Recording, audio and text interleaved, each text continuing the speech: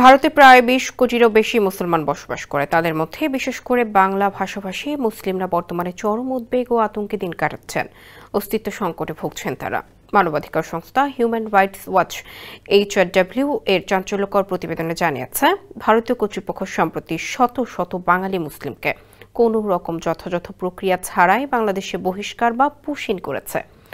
ভারত সরকার তাদের অবৈধ অভিবাসী দাবি করলেও HRW এর তথ্য অনুযায়ী যাদের বাংলাদেশে পুশিন করা হয়েছে তাদের বেশিরভাগেরই ভারতের বাংলাদেশ সীমান্ত সংলগ্ন রাজ্যগুলোর নাগরিকত্ব রয়েছে। HRW জানিয়েছে, ২০২৫ সালে মে মাস থেকে ভারতের বিজেপি সরকার অবৈধ অভিবাসীর দোহাই দিয়ে শত শত বাঙালি মুসলিমকে যথাযথ প্রক্রিয়া ছাড়াই বাংলাদেশে পুশিন করেছে।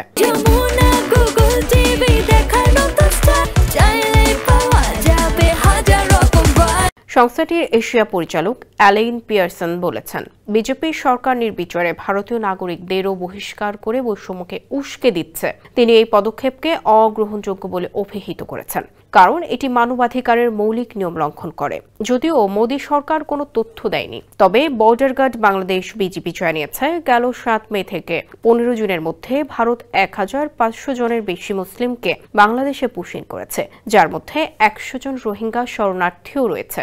প্রতিবেদনে আরও বলা হয়েছে, গত এপ্রিলে জম্মু কাশ্মীরে হামলার পর এই দমন পীড়ন শুরু হয়। কিছু ক্ষেত্রে আটককৃতদের হুমকি এবং মারধরও করা হয়, যাতে তারা তাদের নাগরিকত্বের দাবি পর্যাপ্তভাবে যাচাই না করেই বাংলাদেশে প্রবেশে বাধ্য হয়। অবশ্য কয়েকজন নিজেদের নাগরিকত্ব প্রমাণ করতে পারায় ভারত সরকার কয়েক ডজন মানুষকে পুনরায় দেশে ফিরিয়ে নিতে বাধ্য হয়েছে। HRW ভারত সরকারের প্রতি আহ্বান জানিয়েছে, তারা যেন যথাযথ প্রক্রিয়া ছাড়া মানুষকে বিতাড়িত করা বন্ধ করে এবং সবার জন্য মৌলিক পদ্ধতিগত সুরক্ষা নিশ্চিত করে।